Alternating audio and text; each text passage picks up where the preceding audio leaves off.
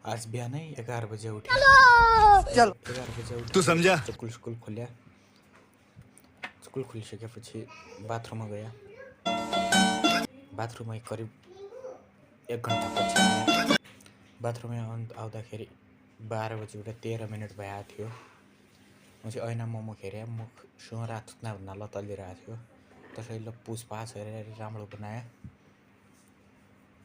अब पानी खानु पड्यो भनेर पानी खान गया, गिलास ल्याएर पछि 1 गिलास पानी लिएर खाया।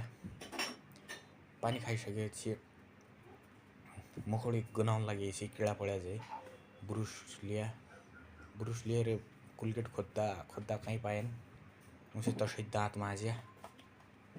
दाँत माझ्दै बेला निगेरी नभए हुनाले ब्रुस उल्टा हाल्या मुखौडो। पछाडि के फिन्कुडी आएन भनेर लाग्यो तपाईँ उल्टा ब्रुस थियो।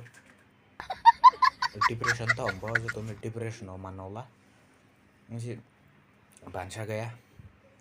भान्सा कोठा गएबाट आया रे आमाकी चटनी खाया, चुक्ली। पछि अब यसो बाहिरतिर जानु पड्यो भनेर बाहिरको ढोका खोल्या।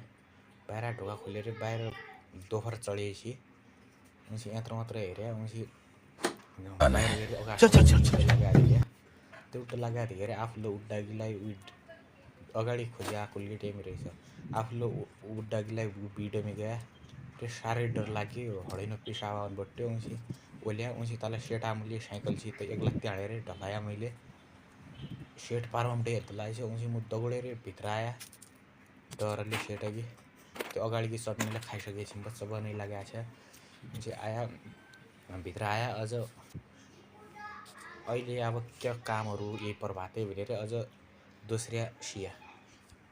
आजको भ्लग यति नै। सबैजनाले माया गरिदिनु होला। धन्यवाद।